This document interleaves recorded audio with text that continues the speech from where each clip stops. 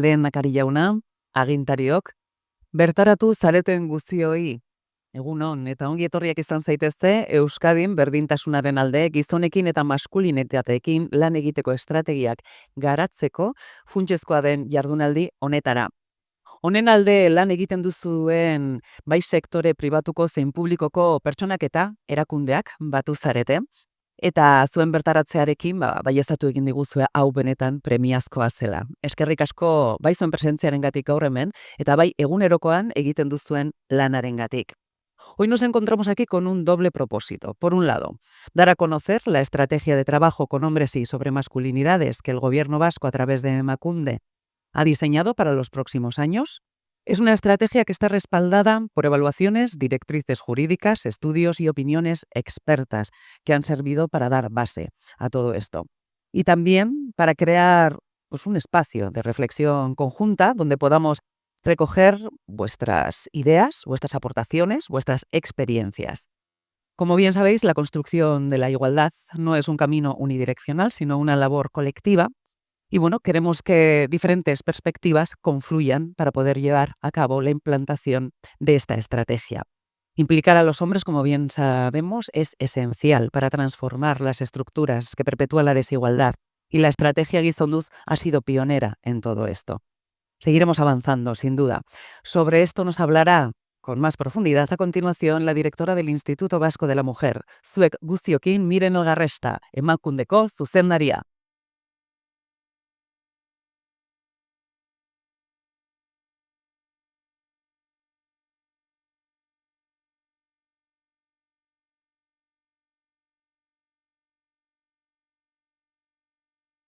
Lehendakari jauna, agintariok, eta bertaratu zareten guztiak. Egunon, eta eskerrik asko gaur jardunaldi honetan parte hartzeagatik. Aurreko egunean, jardunaldi honen antolaketan geundela, gogoratu genuen Gizonduz ekimena martxan jarri zen garaian, duela 18 urte, Emakunde ia zerotik hasi zela gizonak eta berdintasunarekin lanean. Lan eremu berri bat ireki zen. Hain berria, Gizonduzetik antolatu ziren lehen ikastaroak, hutsik geratu ziren. Eta lan handia egin behar izan zen, gizonak berdintasunarekin zerikusia zuten ekintzetan inplikatzeko. Gaur jardunaldi honetan, 300 pertsonek eman dezue izena, gizonak eta berdintasunari buruz hausnartzeko. Adierazle esanguratsua. Poliki bada ere, egoera aldatuz doa. Gaurko jardunaldi honekin, gizonekin eta maskulinitatekin lan egiteko estrategiei buruz arituko gara. Zer mantendu behar den, zer berritu. Izan ere, gauza asko aldatu dira gure gizartean hamarkada honetan. Legeak, adibidez. Gaur berdintasunerako legeak gizonekin berdintasunaren alde lan egitea eskatzen digu. Aldatu da baita ere gizartea. Gaur duela 18 urte, baino eskari handiagoa dago gizonen aldetik berdintasunari buruzko prestakuntza jasotzeko adibidez. Baina beste zerbait ere aldatu da. Gure gizartean nagusitzen ari diren berdintasunaren aurkako mezuak. Eta hauei nola egin behar diegun aurre da hausnarketarako gai garrantzitsu bat. Gaur Euskadin maskulinitateak nolakoak diren ezagutuko dugu maskulinitatearen kutxa izenburuko ikerketaren bidez. Honen arabera, maskulinitate hegemonikoaren ereduarekin guztiz bat egiten duten gizonak gutxiengoa dira. Euskal gizonen 7% bakarrik dago maskulinitatearen kutxa izendatu dugun horren barruan. Euskal gizonen erdia, 50%, ertzean dago. Hau da, ez dator agindu tradizionalarekin bat, baina oraindik ez du bereganatu erabat berdintasunezko maskulinitatea. Eta beste 53%, kontzienteki arbuiatzen du maskulinitate hegemoniko tradizionala eta berdintasunezko ereduak bereganatzen saiatzen da. Actualmente, solo el 7% de los hombres vascos está absolutamente alineado con el modelo de masculinidad que exalta de forma exacerbada la hombría y los mandatos de género tradicionales. Del resto, hay un 43% de hombres que rechaza de forma contundente la masculinidad hegemónica tradicional y defiende claramente la igualdad. Pero hay un 50%, la mitad de los hombres vascos, que se sitúan en el límite entre las dos posiciones. Según el estudio La caja de la masculinidad que presentaremos en esta jornada, la mitad de los hombres vascos dice no estar de acuerdo con los mandatos tradicionales, pero tampoco se incorpora una masculinidad igualitaria por completo. Podemos hacer la lectura de que existe un importante nicho de hombres con los que hay que trabajar para que no caigan al interior de la que hemos denominado la caja de la masculinidad y se alineen con los hombres que se encuentran claramente fuera de ella. Y otro dato importante y que nos preocupa es que los mensajes de la masculinidad tradicional están dirigiéndose especialmente a los hombres más jóvenes, especialmente aquellos de entre 15 y 19 años, en buena medida por la proliferación de narrativas misóginas y contrarias a la igualdad en el ecosistema digital. Tenemos que seguir trabajando teniendo en cuenta esta nueva realidad. Y para ello, desde Euskadi, contamos con la Estrategia 2030, Gizonduz, que también se va a presentar en esta jornada y con el que queremos reforzar el trabajo con los hombres. Quiero volver a agradeceros vuestra participación y especialmente quiero dar las gracias al Lehendakari, aquí presente, por su implicación indiscutible con la igualdad de mujeres y hombres en nuestro país. Eskerrik asko, Lehendakari, orain zurea da hitza. Eskerrik asko.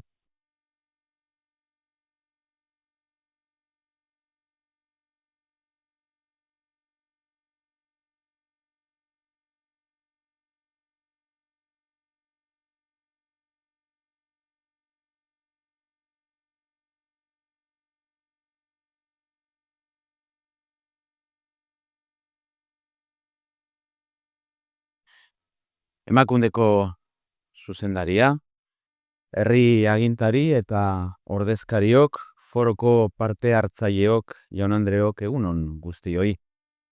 Emakume eta gizonen berdintasuna lortzea, Eusko Jaurlaritzaren erabateko lehentasuna izateaz gain, guztion eginkizuna da, gizarte osoaren eginkizuna. Eta honetan, gizonok aparteko erantzukizuna badaukagu. Euskadi referentea izan da, urte hauetan guztietan gizonekin eta maskulinitateekin egindako lanean, esango nuke. Eta emakundeko zuzendariak aipatzen zuen bezala, duela 18 urte Gizonduz ekimen aitzindaria sortu genuen eta arez geroztik indartu egin dugu. Hau honela, Ibarretxe lehendakariaren ekarpena balioan jartzea ezinbestekoa zaigu. Bera izan baitzen programa honen sustatzailea eta bultzatzailea. Eta gaur ez bezalako testuinguru batean egin zuen gainera. Beraz, aitortza hau eiteare nahiko nuke gaurkoan. Aurrera pausoak eman dira bai. Beraz, gizonen berdintasunaren aldeko jarreretan aurrera pauso nabarmenak eman dira gure herrian. Baina, oraindik asko dugu eiteko. Gizonek berdintasunarekin dugun implikazioan aurrera pauso kualitatiboa eman behar dugu.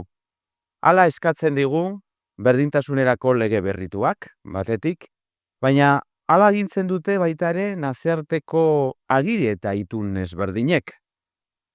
Besteak beste, Nazio Batuen 2030 agendak eta Europar Kontseiluaren Istanbuleko itunak horrela eskatzen bai digute. Baina batez ere, hala eskatzen digu gure errealitate sozialak. Ez bakarrik Euskadikoak, baita mundu mailakoak ere. Adi gaude, beste alde batetik, lau haizetara edatzen ari diren berdintasunaren aurkako diskurtsoekin. Mezu hauek gazteei zuzentzen ari zaizkie, espazio virtualetan, esan bezala. Giza eskubideen aurkako jarrera hauek eragina izaten ari dira mutil gazteengan bereziki. Eta hori, ez dugu onartuko eta ezin dugu onartu gizarte bezala. Hurrengo belaunaldia berdintasunaren aldeko eragile izan dadin, neska eta mutil gazteei tresnak eskaini behar dizkiegu. Gizarte bezala, berdintasuna irakasten ez badugu, berdintasun eza ikasiko dutelako. El compromiso con la igualdad de nosotros, los hombres, es fundamental. Y lo es al menos o especialmente en dos ámbitos. En nuestra participación en los cuidados y en los trabajos domésticos y en la prevención de la violencia contra las mujeres. Debemos dar ejemplo y debemos ser un ejemplo para las nuevas generaciones. Enseñarles que hay otras formas de entender la masculinidad y también de tener las relaciones basadas en la igualdad efectiva y real entre mujeres y hombres. Nuestra ley para la igualdad establece claramente que debemos promover la concienciación, la participación o la implicación de los hombres. También lo dictan los convenios y compromisos internacionales en los que Emakunde ha estado alineada siempre, desde su creación. Pero no solo se trata de leyes y de directrices internacionales, siendo estas fundamentales. Creo que también nos obliga a actuar la realidad que nos interpela todos los días, también en este país, en Euskadi. Nos lo exige la ciudadanía, una ciudadanía que asiste perpleja a un avance de la ultraderecha que está difundiendo discursos absolutamente negacionistas. Esta corriente neomachista está calando especialmente entre los chavales y hombres jóvenes y de mediana edad. Y no lo vamos a permitir, no lo podemos permitir. El empoderamiento de las mujeres y la implicación de los hombres con la igualdad son los dos grandes ingredientes que combinados nos permiten avanzar hacia una sociedad igualitaria y libre de violencia machista. Beraz, gaur inoiz baino gehiago tresna gehiago ditugu aurrera egiteko. Ez dago aitzakirik, izan gaitezen ausartak. Ausartak gure buruari eta barruari begiratzeko. Ausartak gure egunerokoaz hausnartzeko. Eta ausartak maskulinitatearen ereduen ispiluan ere begiratzeko. Asko dugu ikasteko eta hobetzeko, nik lehenengoa.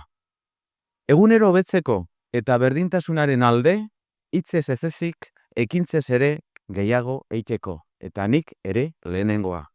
Gaurko ekimen eta jarrerek eraikitzen dutelako biharko gizartea. Beraz, egin dezagun bidea. Mila esker guztioi.